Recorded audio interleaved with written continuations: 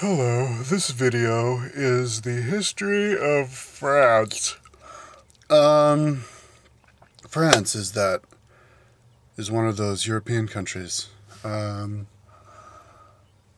It's like smack dab in the middle of Europe between England and Spain and Italy and Germany and Sweden. So, the history of France.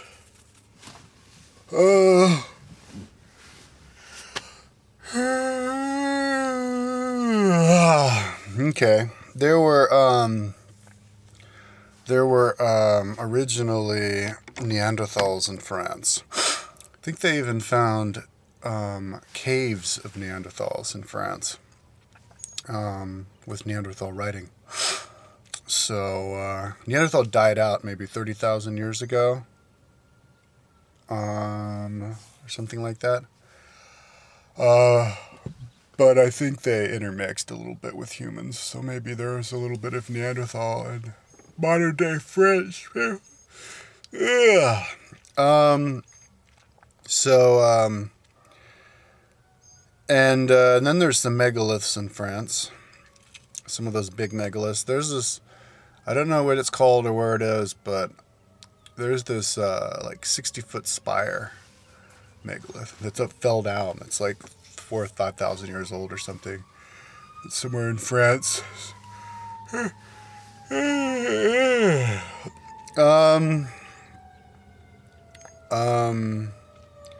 And then after megalithic period, the people who lived in France were Celts. Celts were all over Europe and in France, centered in France. Genetically, Celts, I think, were pretty much, they're like Germans, Germanics, tall blonde people.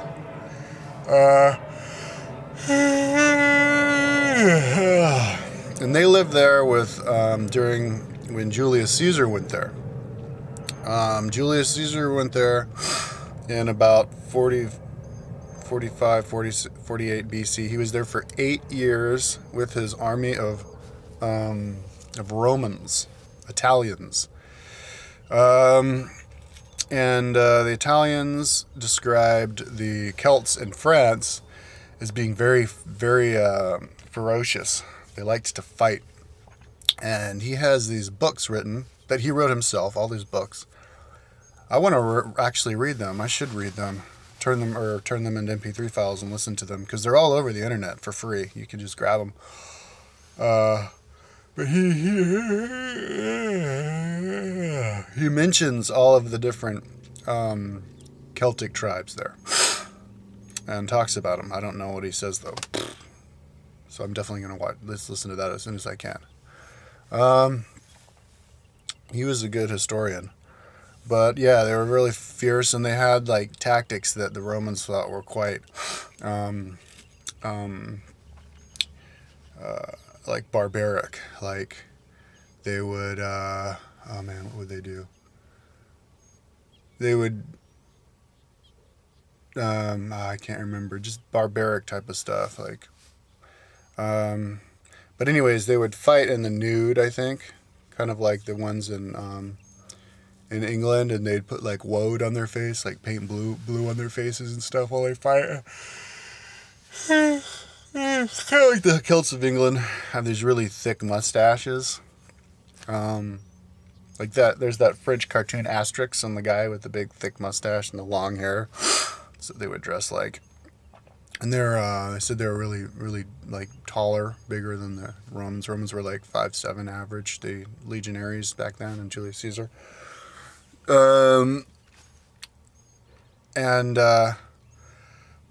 there was a reprogramming of the genetic structure after the Romans went there, because Julius Caesar was a warrior, and that was back in the times when Romans were really, really good warriors. Professional soldiers, and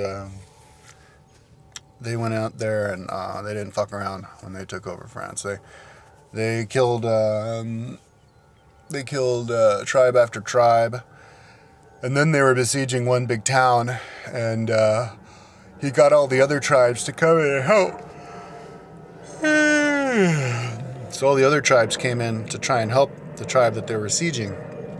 And they built this. There's this actually a movie called Julius Caesar that shows it pretty well. The big fortress they put around it. They built this giant like wooden fortress. I don't know where the town was, but had these big wooden walls on both the inside and the outside, so the people couldn't escape. And then when the other tribes came to fight, they couldn't get in.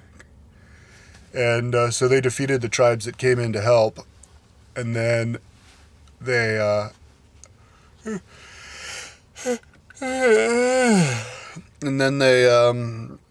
the people, I guess, sent women out to try to have the Romans take care of the women, but the Romans wouldn't take care of them. It was just this ruse because they didn't have enough food for the women.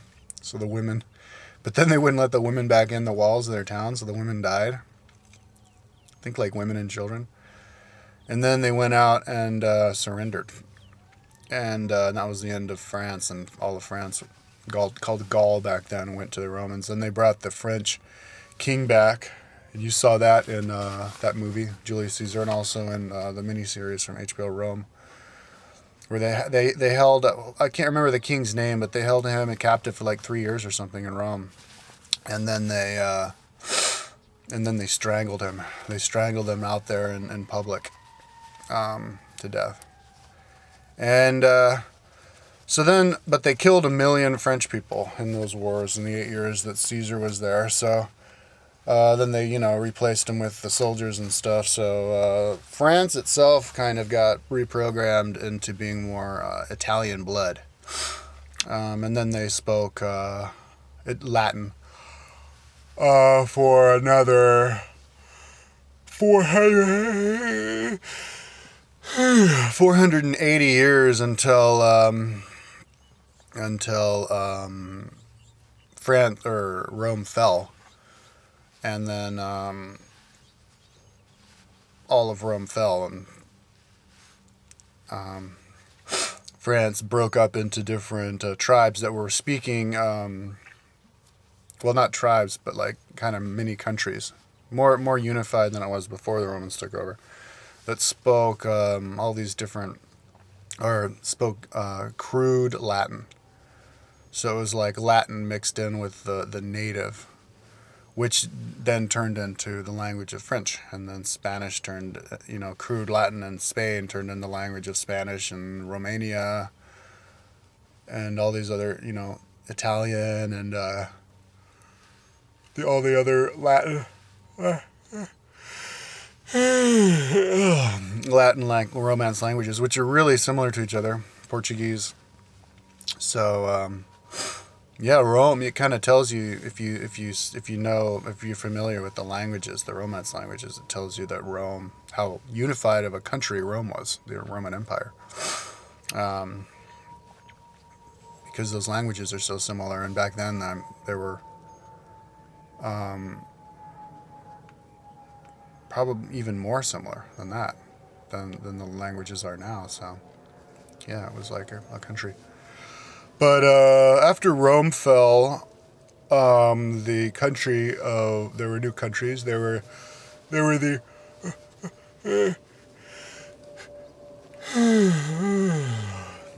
the Merovingians and the Burgundians, and they were centered around the south. I don't know exactly where the Merovingians and Burgundians were, but they were kind of like next to each other, like in the south. I don't know who was really in the north. There were the Parisians. That was a tribe in the north, which ended up turning into Paris. They had their center was in a town in an island right there in that river in Paris. But the Burgundians and Merovingians were like the family of the Burgundian Merovingia, and they're about as big as maybe like Burgundy, the county of Burgundy is. And the Merovingians, actually, they liked to brag that they were the descendants of Jesus Christ. And Alien Bashar says that's true. But they had long hair, kind of like the Celts from before. And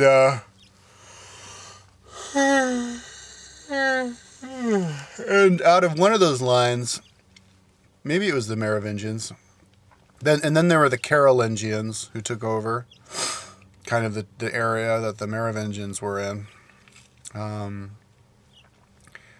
From like, I guess, conquering. And back then, there were, you could actually trace those tribes. They actually were wanderers. They were like nomads, and then they kind of found a place.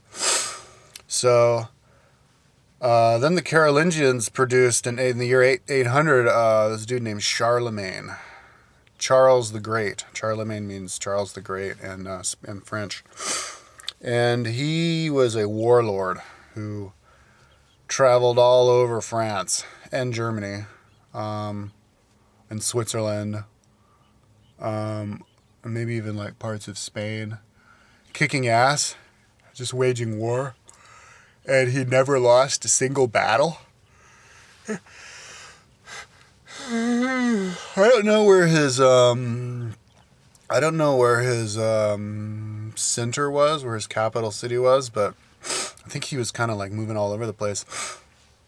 But he was a great leader, a great king, because he won all these battles and unified that whole area, like all of like France and present day France and Germany too, and Switzerland but he wasn't just a unifier. He unified it, and then he learned to read. I think he was the first French king who learned to read. And he established churches. He was very religious. He was Catholic. And he established churches all over the place, and then set up the churches to be places of learning, and so that the monks and stuff in there could read and write and reproduce Bibles. And he visited the Pope in Rome. And the Pope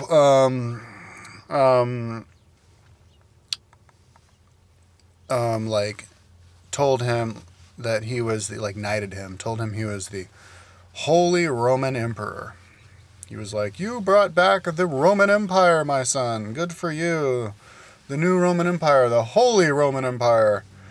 And so they kind of became allies with the Byzantinians because they were still around, and they saw themselves as a continuation of the Roman Empire, because they were Christian as well.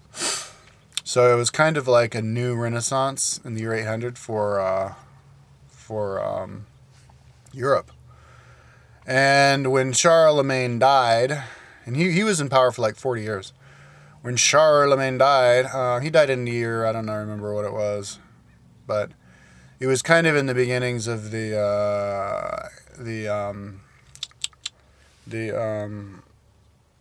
Viking Age. In the year 790, the Viking Age started with the storming of Lindisfarne in Ireland, but and they also stormed through France. I don't exactly know if Charlemagne himself went to war with any Vikings, but the Vikings did take over the area of Brittany, the part of like peninsula part of France that sticks out towards England, and became the Normans. But when Charlemagne died, he had 3 sons, and I think like Charles the Bald, some other dude, and they divided France into 3 different areas, 3 places, like the Eastern Strip, kind of vertical strip, middle, and Western, middle, and Eastern. They're 3 brothers, so they kept like a country together. They kept unifying it, because they were brothers, and they were sons of Charlemagne, and so and like the eastern part was kind of like inhabited parts of Germany. So that was the beginning, basically, with Charlemagne, the Holy Roman Emperor, Holy Roman Empire. And then, when those 3 brothers died, they would pass their power off onto the next dude. But it remained this big unified conglomeration of like dukes and barons and stuff, and petty kingdoms, all unified into one country, where they would elect a leader for that country to oversee, I guess, the coinage Maybe they had like one coin. It was like a country, the Holy Roman Empire, and taxes for the war and stuff. But it was a lot more loosely knit, a lot less centralized than than the Roman Empire was, or any other empire. But anyways, the Holy Roman Empire that Charlemagne started, who was French, ended up becoming more of territory in German, and it ended up being called the Holy Roman Empire of the German people, and more of a German thing. And I don't know how exactly when that happened, but France kind of ended up over time turning into its own country of France, with the capital being in Paris. I don't know when the capital moved to Paris. I guess I'll do a history of France later when I know more about the history of France. But so now, yeah, France was its own country. Fast forward a few years to past the 1200s,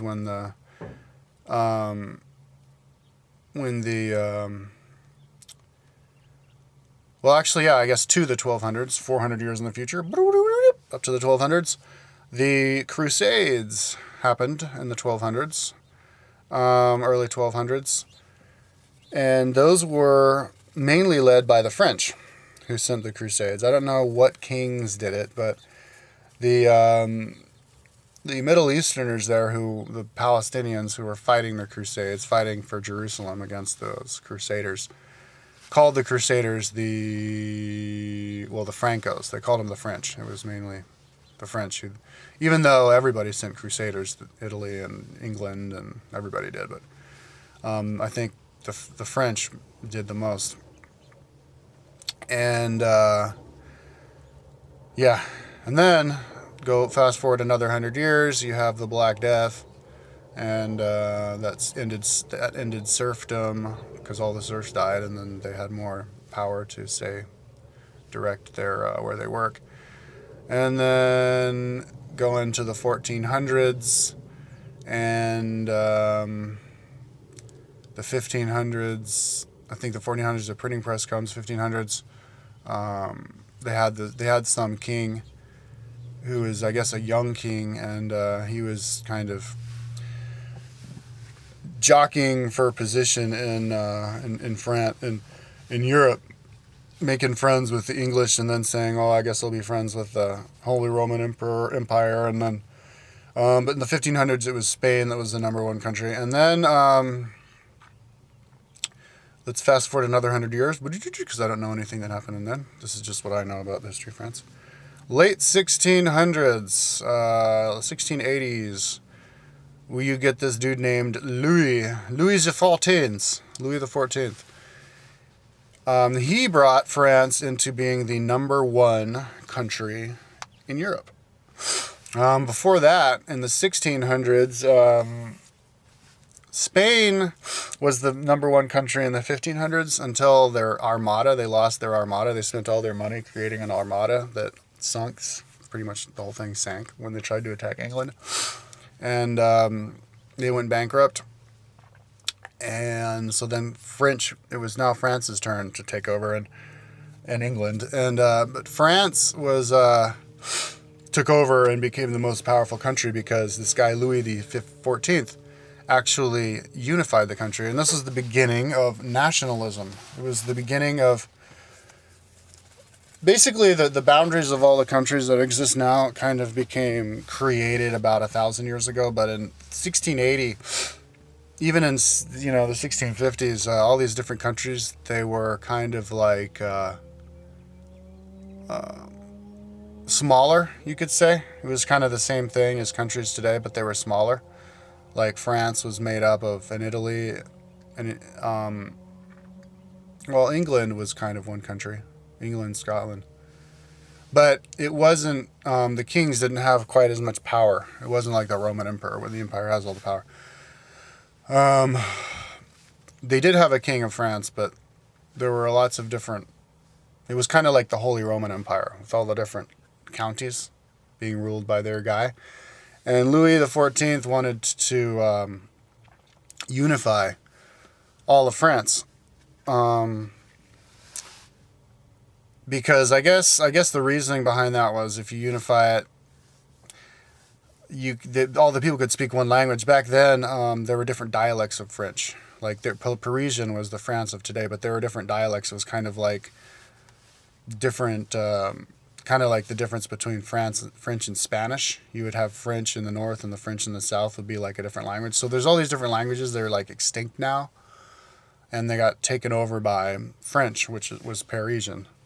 And Louis, who was in Paris, the central part, unified France by, fighting. He became a king at a young age, and then he fought these, like, I guess, civil wars with all of his guys, all of the other dukes and stuff. And then he made them move he made them all move to Paris, so they could all control all of their fiefdoms and stuff, all of their areas from Paris. And so that he could keep an eye on them and make sure that they did what he told them to.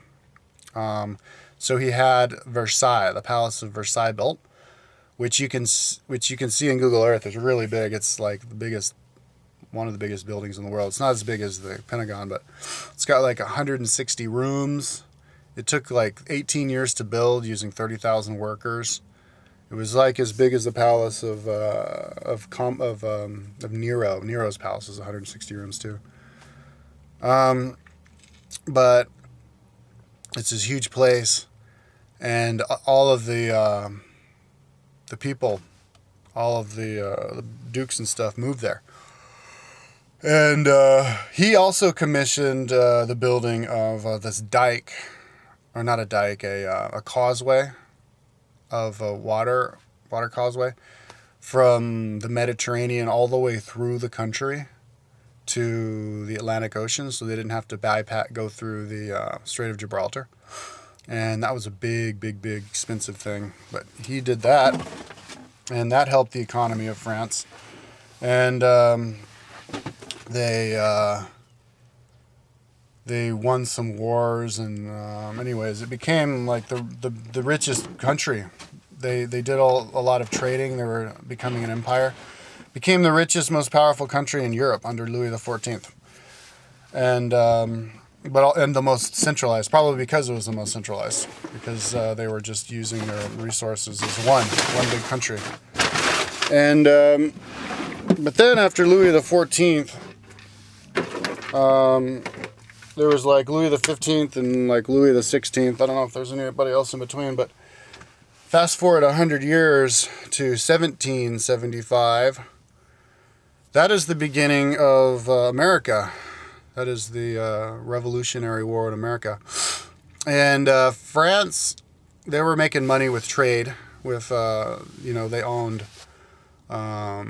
Canada, or Quebec, the eastern side of Canada, Louisiana, and actually like the whole western side of America, from the 13 states of America all the way to like California, where the Russians had.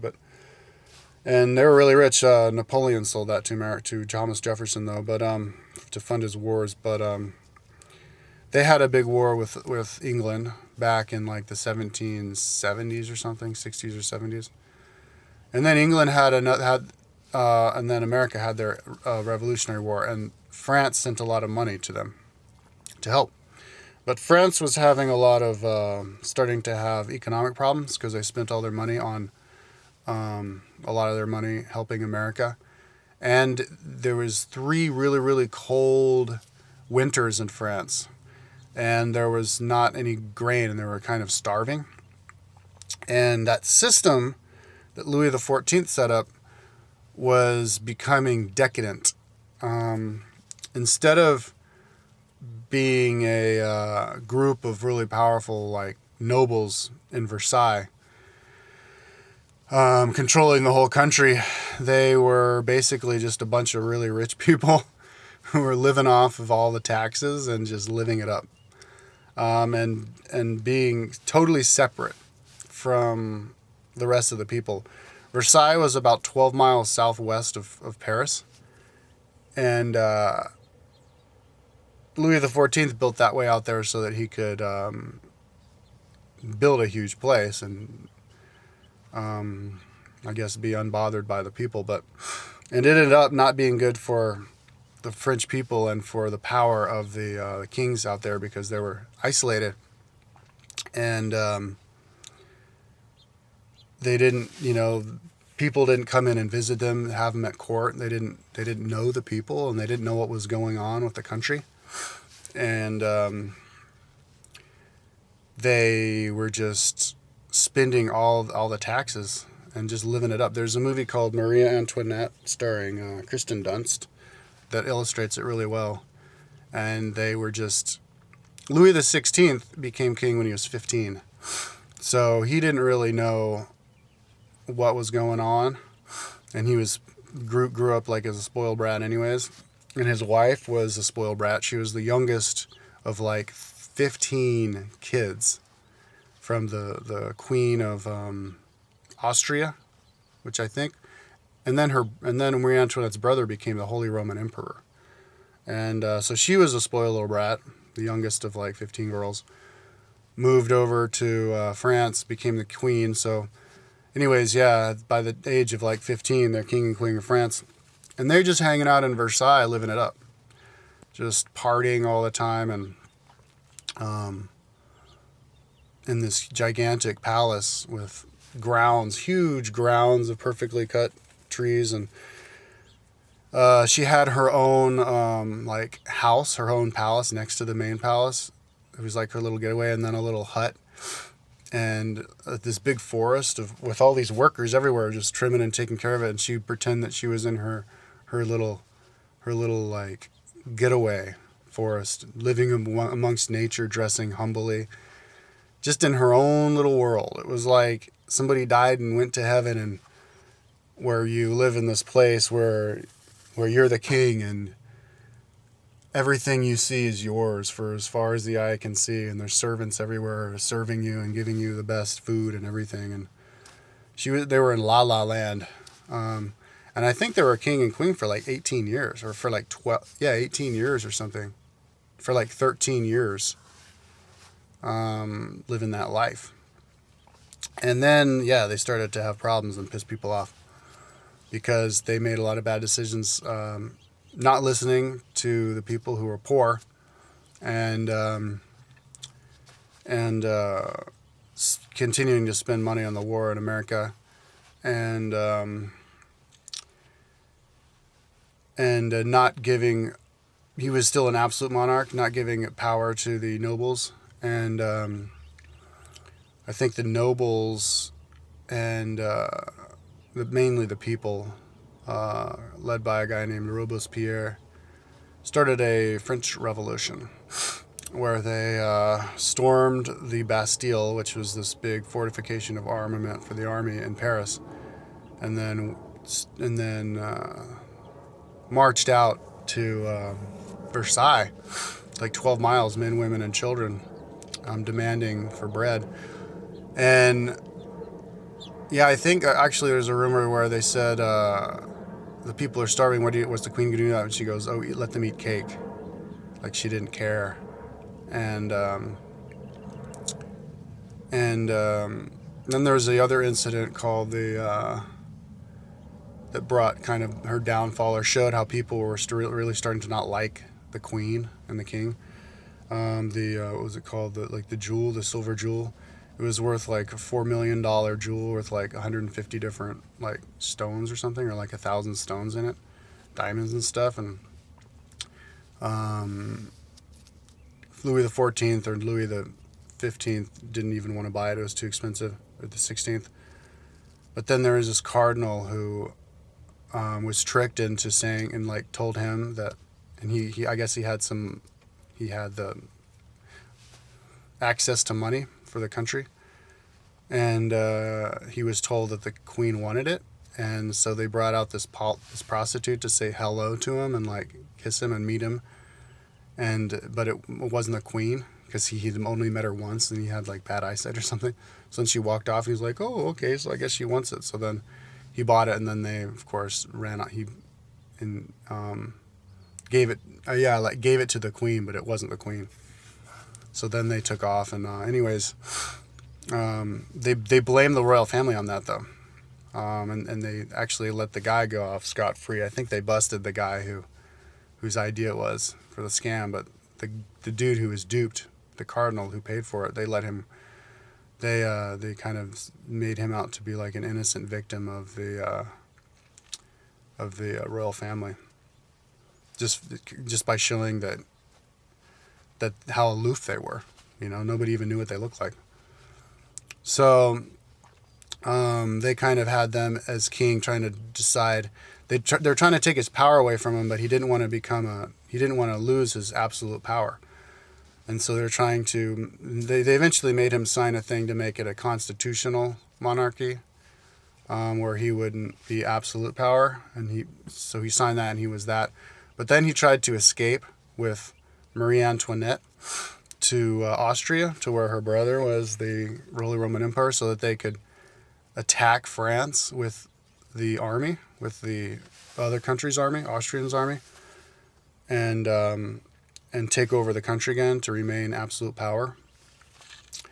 And they sound like idiots because they escaped with like their best carriage, one of their carriages, you know, rumbling down the countryside in the king's carriage. So one of the border guards, like only like 10 miles from the edge of the country, recognized the king from like looking at the side of his face from like through the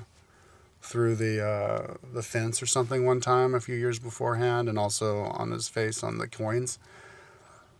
And so they captured him and brought them back, and when they brought him back into town, they were throwing all the people were throwing like rotten fruit at them, and all the guards turned their backs on them when they came back, and they were carted through in an open cart. So that was pretty much the end of them, and they were imprisoned after that. And then the people decided to get rid of the monarchy, and so they and the only way to do that really is to kill them, so that they can't try and gain their power again, stir up an army. So they beheaded Louis XVI, and then 9 months later they beheaded Marie Antoinette, and they were saying all sorts of crazy stuff. This is like kind of in the age of like pamphlets. They were starting to come out with like little newspapers, like look like magazines, and they had all of these like really crude artwork of the queen like naked and having sex with all these other men, and maybe she was doing that. She was having sexual problems with Louis XVI. I guess he didn't know how to have sex. He didn't know like what sex was, and he had to be explained what it was by the Holy Roman Emperor, her brother. He was just this like nerdy dude who liked to play with locks and go hunting, and that's about all. But they learned out how to have sex because then they had 3 kids. But anyways, supposedly she was out there screwing all these other guys. I guess she had an affair with a Swiss army officer and all these other people. And I mean, it got really ugly. Like the rumors were that they were having so much sex and so much debauchery in Versailles that all the rich women there and men and stuff got like a sexual disease that made their face really long and gaunt and made all their hair fall out, because they were all wearing wigs anyways, powder puff wigs with all the different colors in them, purple and white and pink, and with lavender sprinkled in. And I mean, her wig was 3 feet high, and yeah, like I guess they said it made your teeth fall out, and it was like, so it was, they just had this really negative opinion of the aristocracy in France. Like they were just these drunken, sex crazed party animals who just spent all the taxpayers' money. And they're saying that she raped her son, and she was like, "What? How could you possibly say this? Oh my God, would it be so mean to me?" And then they're finally like, "Okay, yeah, leave her alone. Don't make fun of her. Don't be so bad." But anyways, they ended up cutting her head off after like almost starving her to death. And then her son died in prison of like exposure or being beaten to death or something. So all of her kids died. He was only like 10, her son. So then that's when Napoleon came to power. Napoleon was I think he came from pretty modest means. He was just like a soldier. But he shot to power really quickly. Like in a year, he went from being like a basic soldier all the way up to being the boss of all of the army in France. And he went crazy and attacked everybody. He sold like the entire half of America, from like Louisiana all the way to California, for like $2 million or something to Thomas Jefferson. So that's when America got big, thanks to Napoleon. And took over Spain, took over Italy. He installed his brother, Joseph Bonaparte, as the king of Spain after they deposed the royal family there, and also the king of Italy. He was just this crude soldier dude who was just a tyrant. When he took over Italy and he met the Pope, and the Pope was going to crown him as like new emperor of Italy, he just grabbed the crown out of the Pope's hand and put it on his head, and turned to his brother, was like, ha ha, Daddy could only see us now, ha, we took over the whole world. And then he amassed like the biggest army that ever existed, like 150,000 soldiers, and went in and tried to take over Russia like in the middle of winter, or like in October or November or something, and marched his soldiers way like thousands of miles after taking over Poland and Germany and everything, making this huge empire. And maybe like he took over because they were being attacked by all those countries before that anyway. I think the other countries actually started it because they were trying to reinstall the monarchy in France, because it was the first time that a monarchy had been overthrown in Europe. And, they were threatening to have like a completely new system or a new monarchy or a new or even republic, because they helped out America and they were probably wanted to be like America. And that freaked out all of the monarchies of Europe, because they were all related to each other, and they didn't like that. So they attacked France, and France went nuts and attacked everybody else, kicked their asses. But then he went into Russia. And, he lost like 80,000 men or something like that. When he finally went back to France, he only had like 20 or 30,000 men. His army was like destroyed. They all froze to death and got sniped off. It was kind of like how the British army was killed by the Americans in the War for Independence. They just have these like random people in the woods shooting guns, because that was back in the invention of the perfection of the rifle. So all these people, you could shoot somebody from farther away and you didn't have to be in formation. And that's kind of how England lost the wars, because they had these big formations. And it just didn't really work like that anymore, because guns were too good. You needed to remodify the way wars were fought, where you'd have smaller groups of people and, not have these big like red coats you can see to just shoot at and kill them. So yeah, they got sniped from people in the woods shooting at them as they hiked down the trail in Russia. And he came back and I think he got like captured even on his way back and deposed. And so then France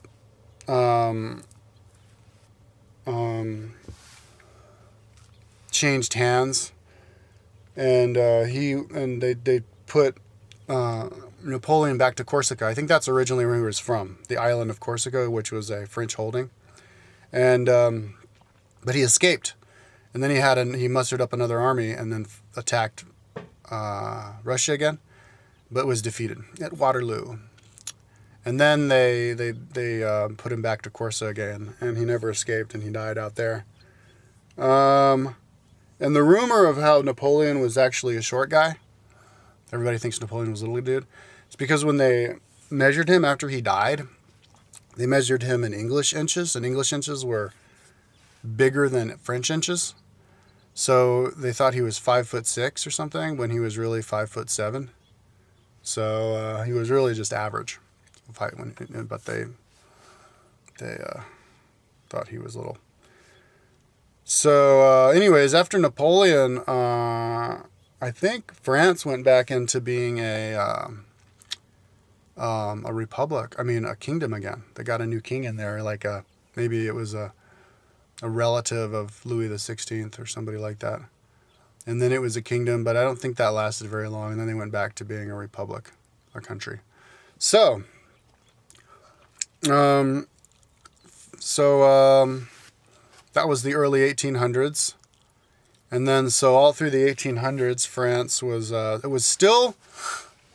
it wasn't the biggest country, the most powerful country in Europe. By then, England was the most powerful country because England was, France was the most powerful country after Louis the 16th because it was unified.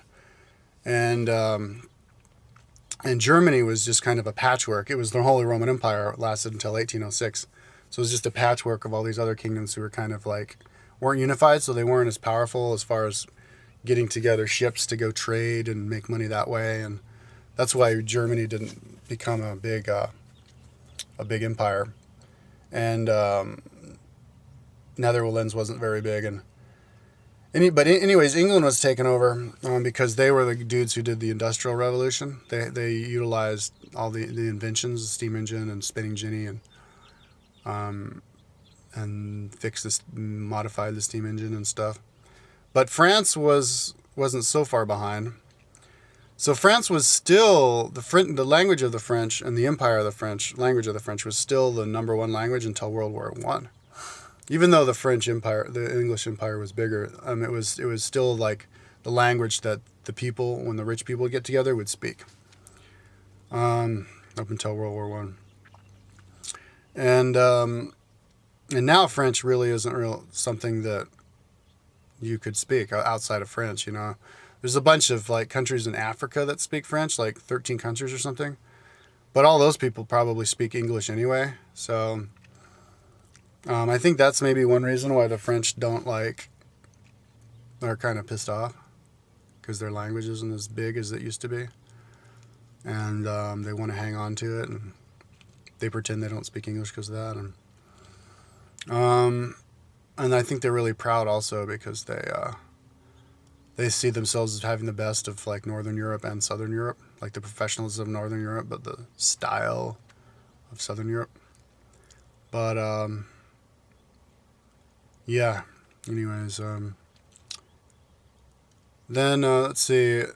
I guess if we fast forward a little bit, 1800s, 1900, World War I, they were on the winning side, and then they got taken over by World War II. They were taken over by Germany, and Germany installed a government in there called the Vichy government, Vichy French, who were basically, they got their asses kicked really quick by the Blitzkrieg German fighting tactic, and then they just did whatever the Germans told them to, until they got their asses kicked when the Americans and England came over, stormed Normandy. Yeah, the Normans though were a kingdom of French back in 1,000 years ago, who it was like a little kingdom within the big kingdom of France that took over England. Had a big William the Conqueror, William the Bastard, took over England, and so the aristocracy of England spoke French for 300 years, and that was in like modern day Brittany, and I think that's even like, and the Normans were descendants of Vikings, so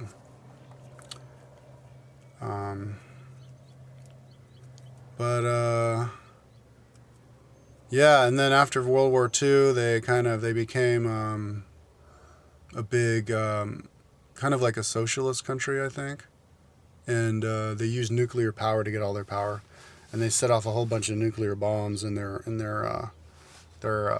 islands in the Pacific. So that's not good. Nuclear power is bad. But anyways, I'm kind of running out of time, and that's the history of France.